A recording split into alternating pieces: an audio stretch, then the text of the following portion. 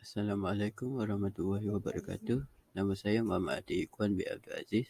Saya daripada kelas Teraputik ingin membacakan beberapa ayat Quran. Bismillahirrahmanirrahim. Qul huwallahu ahad. Allahus samad. Lam yalid wa lam yulad wa lam yakul lahu kufuwan ahad. Katakanlah, Dia Allah yang Maha Esa. Allah adalah Tuhan yang bergantung kepadanya segala sesuatu. Dia tidak beranak dan tidak pula diperanakkan, dan tidak ada seorang pun yang setara dengannya.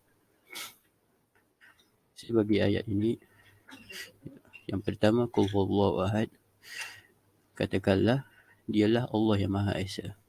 Yakni dialah Tuhan yang satu, yang Esa, yang tiada tandingannya, tiada pembantunya, tiada lawannya, tiada yang serupa dengannya dan tiada yang setara dengannya. Lafaz ini tidak boleh dikatakan secara isbat terhadap seseorang kecuali hanya Allah Subhanahu Wa Taala, kerana Dia Maha sempurna dalam segala sifat dan perbuatannya. Ayat seterusnya, Allahus Samad. Allah adalah Tuhan yang bergantung kepadanya segala sesuatu. Ikramah telah meriwayatkan dari Ibnu Abbas bahawa makna yang bermaksud ialah yang bergantung kepadanya semua makhluk dalam kebutuhan dan sarana mereka. Ali Ibnu Abu Talhah telah meriwayatkan dari Ibnu Abbas bahawa makna yang dimaksudkan ialah Tuhan yang maha sempurna dalam perilakunya, maha mulia yang maha sempurna dalam kemuliaannya, maha besar yang maha sempurna dalam kebesarannya, maha penyantun yang maha sempurna dalam sifat penyantunnya, maha mengetahui yang maha sempurna dalam pengetahuannya, dan maha bijaksana yang sempurna dalam kebijaksanaannya. Ialah Allah yang maha sempurna dalam kemuliaan dan akhlaknya, dan hanya dialah Allah SWT yang berhak memiliki sifat ini yang tidak layak bagi selainnya. Tiada yang dapat menyamakannya, tiada yang setaraf dengannya. Seterusnya pula ialah lam yalid wa lam yulad. Dia tiada beranak dan tidak pula diperanakkan. Pendapat ini merupakan pendapat yang jayid dalam hadis terdahulu telah disebutkan melalui riwayat Ibnu Jarir dari Ubay Ibnu Ka'b. Sebuah hadis mengenainya yang menerangkannya dengan jelas. Ibnu Mas'ud, Ibnu Abbas, Sa'id Ibnu Musayyab, Mujahid dan Abdullah Ibnu Buraidaji dan Ikramah juga, serta Sa'id Ibnu Jubair, Atta Ibnu Abu Rabah, Atiyah Al-Aufi dan As-Sadiq telah mengatakan sehubungan dengan makna firman-Nya yang bergantung kepadanya segala sesuatu. Al-Ikhlas ayat 2, yakni tiada berongga. Sufyan telah meriwayatkan dari Mansur dari Mujahid sehubungan dengan makna firman-Nya yang bergantung kepadanya sesuatu. Ayat terakhir, lam yalid wa lam yulad wa lam yakul lahu kufuwan ahad. Dia tiada beranak dan tiada pula diperanakkan, dan tidak ada seorang pun yang setara dengannya. Dia tidak beranak dan tidak diperanakkan dan tidak mempunyai isteri.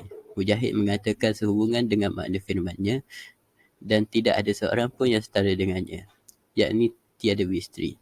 Hal ini bermakna dengan apa yang disebut oleh firman-Nya, Badigus samati wal uddi anna yakunu lahu waddun walam ta'nu lahu sahibatan wa khalaqa kulla syai'.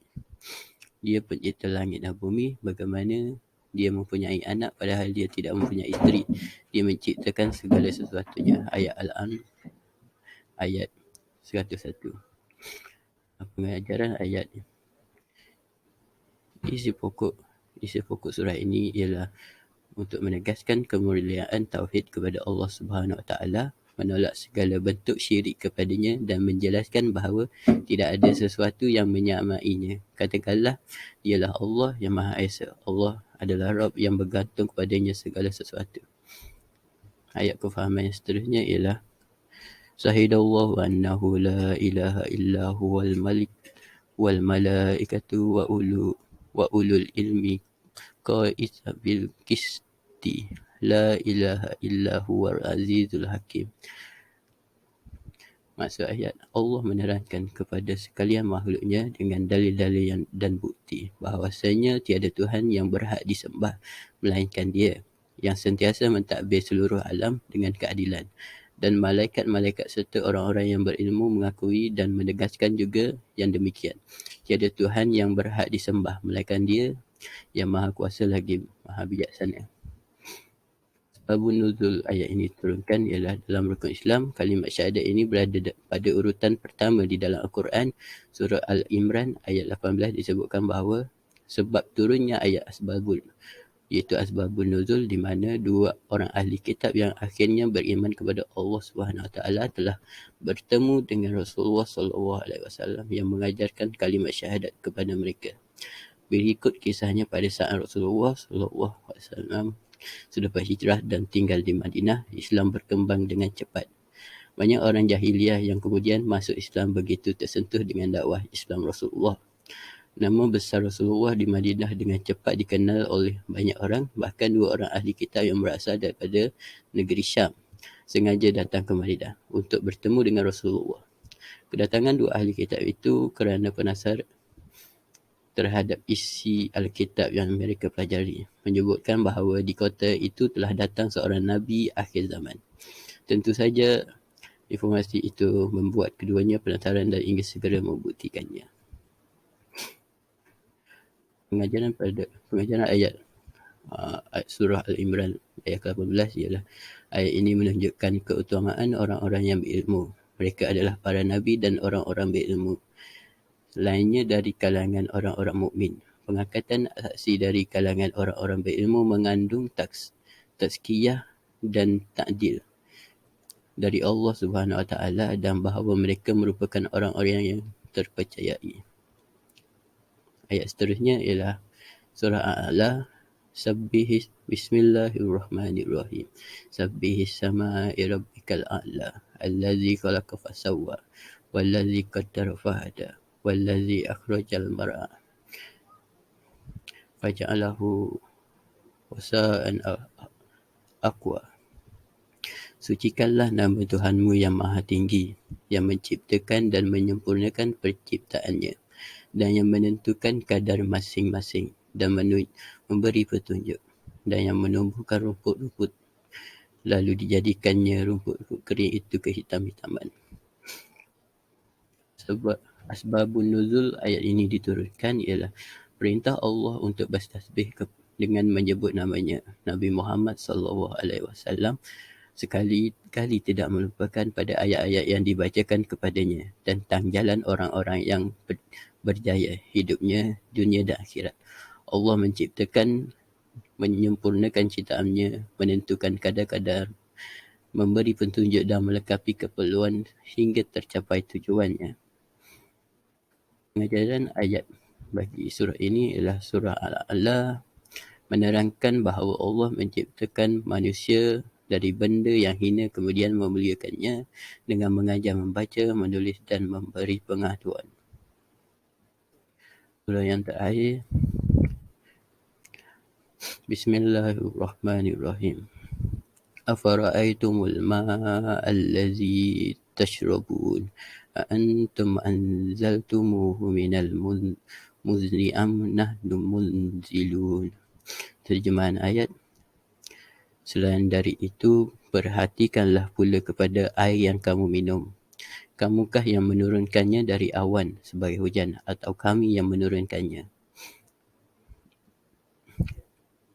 Tafsir ayat bagi ayat ini ialah surah Al-Waqi'ah ayat 68 hingga 69 ini mengajak manusia untuk berfikir dan merenungkan air hujan yang menjadi minuman mereka. Apakah mereka yang menurunkannya atau Allah? Dapatkah manusia menurunkan hujan sekehendak hatinya atau andai manusia dapat melakukan rekayasa mahakarya ini, turunnya hujan, apakah hasil mahakarya mereka dapat disempurnakan? Manusia seharusnya bersyukur akan turunnya air hujan. Manusia perlu bersyukur bahawa air hujan tidak ditahan oleh Allah untuk tetap di awan. Manusia juga perlu bersyukur bahawa air hujan diturunkan oleh Allah di berbagai tempat. tidak hanya di laut atau di bumi, sehingga air tersebut tidak layak diambil, digunakan. Rasa bersyukur tersebut tidak hanya soal keberadaan air sahaja, tapi juga sifatnya yang tawar.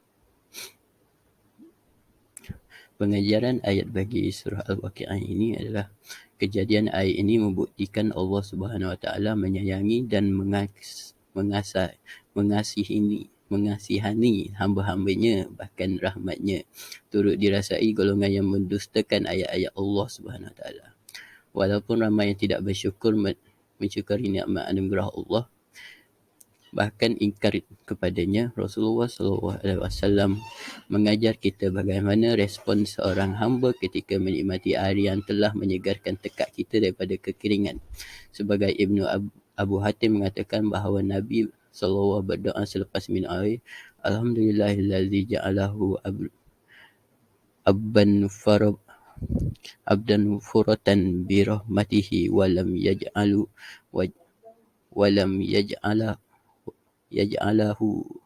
yaj'alahu minhan ajajan bizunubina. Ini merupakan beberapa rujukan yang telah saya gunakan bagi menyiapkan tugas saya ini. Kebanyakan rujukan saya dapati daripada internet. Sekian, terima kasih daripada saya, Muhammad Atiq Ikhwan bin Abdul Aziz.